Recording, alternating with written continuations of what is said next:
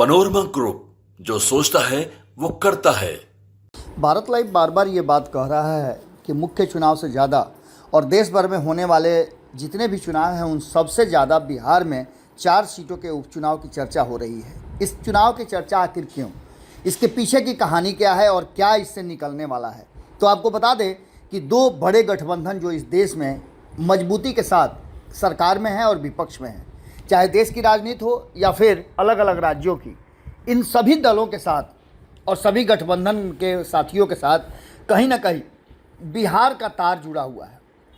बिहार का तार इसलिए जुड़ा हुआ है कि कुछ दल तो बिहार से ही जुड़े हुए हैं, लेकिन कुछ दल बिहार की स्ट्रेटजी को अपनाते हैं, जिसके कारण इस देश की राजनीति में बिहार ट्रेंड करता है। एक बार फिर से 15 राज्यों में उपचुनाव और 2 राज्यों के मुख्य चुनाव के साथ साथ बिहार में 4 सीटों पे उपचुनाव है और इसकी चर्चा देश भर में खूब हो रही है।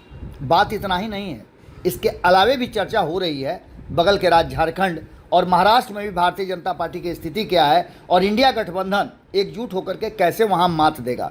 इंडिया गठबंधन के सभी घटक दल चुनाव प्रचार में महाराष्ट्र में भी जाएंगे, भले चुनाव लड़ें या नहीं लड़ें। लेकिन वहीं दूसरी तरफ एनडीए गठबंधन की स्थिति वैसी नहीं नज़र आ रही है। एनडीए गठबंधन की बात करें तो कहीं ना कहीं जो स्थिति है उसमें उधेड़-बुन चल रहा है कि कितना डैमेज कौन किसे करेगा।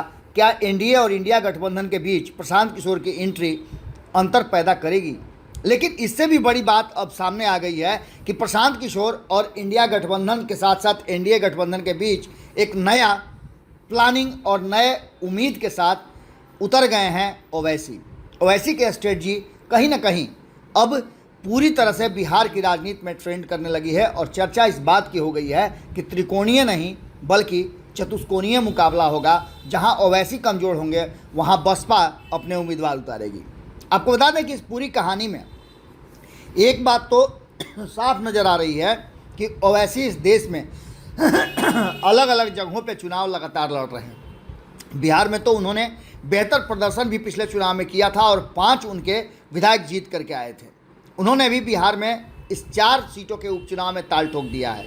एआईएमआईएम के बिहार में इकलौते विधायक बचे प्रदेश अध्यक्ष अख्तरुल इमाम के ने सभी 4 सीटों पर प्रत्याशी देने की घोषणा चुनाव के चतुष्कोणीय बनाने के लिए कर दी है। उन्होंने अपनी मंशा भी स्पष्ट कर दिया है कि वो पीछे हटने वाले नहीं हैं। इससे साफ है कि महागठबंधन की राह में जहां एआईएमआईएम रोड़ा बनेगी, वहीं राजद के साथ जो एमवाई का समीकरण है वो तो ध्वस्त होगा ही, तो दूसरी तरफ जनसुराज किसे किसे डैमेज करेगा अब इसका भी आकलन शुरू हो चुका है। क्योंकि जनसुराज जहां एक तरफ तेजस्वी यादव तो वहीं दूसरी तरफ भारतीय जनता पार्टी और एनडीए को भी कहीं ना कहीं परेशान जरूर करेगा।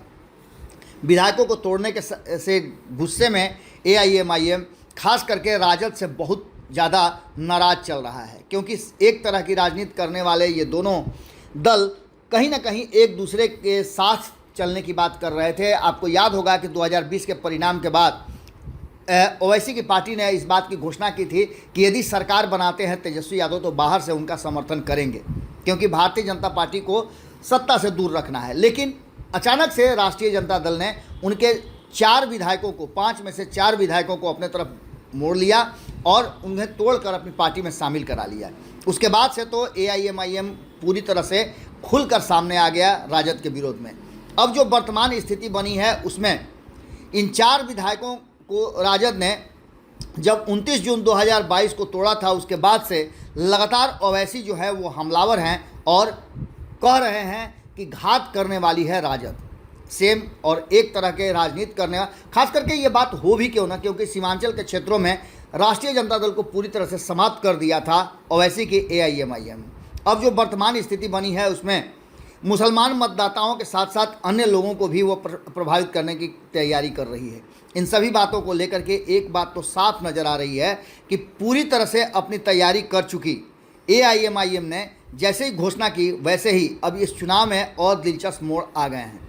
आपको बता दें कि इस पूरी कहानी में जैसे ही एआईएमआईएम के प्रदेश अध्यक्ष अख्तरुल इमाम ने अपनी बात को रखा, उसके बाद से पूरी तरह से अब इस लड़ाई पर ध्यान केंद्रित हो गया है।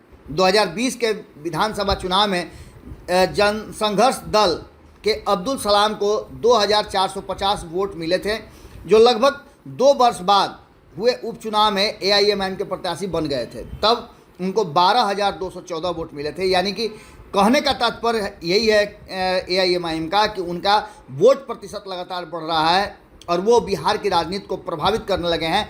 बिहार के लोग विकल्प खोज रहे हैं, खास करके अल्पसंख्यक समाज की बात करें तो, और ऐसे में राजद से वो कट करके एआईएमआईएम की तरफ जा रहे हैं। इतना ही नहीं, एआईएमआईएम के प्रदेश अध्यक्ष ने कहा है कि सिर्फ वो मुसलमानों की राजनीति नहीं करते हैं, बल्कि सभी धर्मों की, सभी जातियों की और सभी समुदाय की राजनीति करते हैं। अब देखना दिलचस्प होगा कि इस उपचुनाव में क्या अंतर पैदा कर पाते हैं ओवैसी। अब तक तो उन्होंने उम्मीदवारों को उतारने की बात कही है, देखना दिलचस्प होगा कि किस तरह के और कितने उम्मीदवार उतारते हैं। पनोरमा ग्रुप, जो सोचता है वो करता है। अगर ये वीडियो पसंद आई और वह बिहार के राजनीति और बिहारियत से सरोकार रखेनी तो सब्सक्राइब बटन दबा के चैनल के सब्सक्राइब कर ली। ओजे एगो घंटी बा, ओकरा बटन दबा देला से कुल सटीक और मारक खबर रुआ मुफ्त में मिल जाई। अगर रुआ पत्रकारिता के हमनी के नया प्रयोग में सहयोग कर चाहतानी तो ज्वाइन बटन दबा दी। पेटीएम नंबर नोट कर ली 9386816700। धन्यवाद।